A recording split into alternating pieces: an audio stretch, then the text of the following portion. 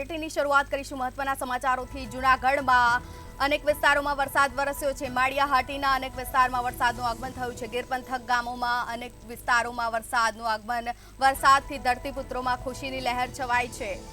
લોકોને અસહ્ય ગરમી અને બફારાથી આંશિક રાહત મળી છે। વાવણી લાયક વરસાદ થતાં ખેડૂતોમાં ખુશીનો માહોલ જોવા મળી રહ્યો છે।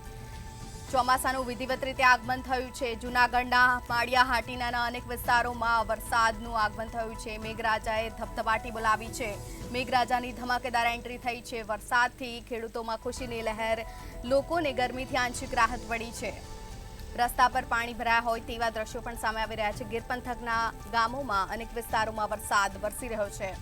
વિધિવત રીતે ચોમાસાનું આગમન થઈ ગયું છે, ત્યારે જૂનાગઢના માળિયાહાટીના અનેક વિસ્તારોમાં વરસાદ વરસી રહ્યો છે।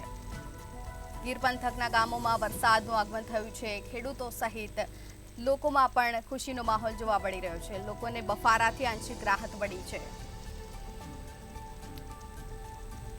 વધુ જાણકારી સાથે સંવાદદાતા અમર બખાઈ ફોન લાઈન પર જોડાઈ ગયા છે। અમર, જૂનાગઢના અનેક વિસ્તારોમાં વરસાદનું આગમન થયું છે, ખેડૂતોમાં ખુશીનો માહોલ, શું વધુ જાણકારી? જી બિલકુલ, જૂનાગઢ જિલ્લાના જુદા જુદા તાલુકાઓમાં સાર્વત્રિક વરસાદ હાલ પડી રહ્યો છે। જેમાં માળિયાહાટીના, માંગરોળ, કેશોદ સહિતના ગ્રામ્ય પંથકમાં પણ વરસાદી માહોલ છે। માળિયાહાટીનામાં પણ અડધો ઇંચ જેટલો વરસાદ પડ્યો છે। માંગરોળમાં 1 થી 1.5 ઇંચ વરસાદ છે। જૂનાગઢ શહેરમાં પણ વરસાદી માહોલ છે। જૂનાગઢ શહેરમાં અંદાજિત 2 ઇંચ વરસાદ છે। કેશોદમાં અડધો થી 1 ઇંચ વરસાદ છે। એટલે જિલ્લાના જુદા જુદા વિસ્તારોમાં વરસાદી માહોલ છે। માળિયાહાટીનામાં પણ વરસાદી માહોલ છે। ખેડૂતોમાં એક તરફ ખુશીની લહેર જોવા મળી રહી છે। હાલ તો આ જે વરસાદ છે એક વાવણી લાયક વરસાદ હોય અને જેને લઈને ખેડૂતોમાં ખુશીની લહેર છે। લોકોને પણ જે ગરમીથી આંશિક રાહત મળી છે અને ઠંડક પ્રસરી છે વાતાવરણમાં। જી, જાણકારી બદલ આભાર આપનો।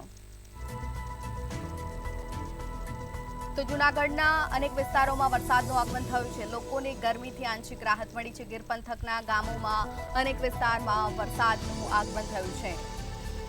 જૂનાગઢથી આ સમાચાર। માળિયાહાટીના અનેક વિસ્તારમાં વરસાદ।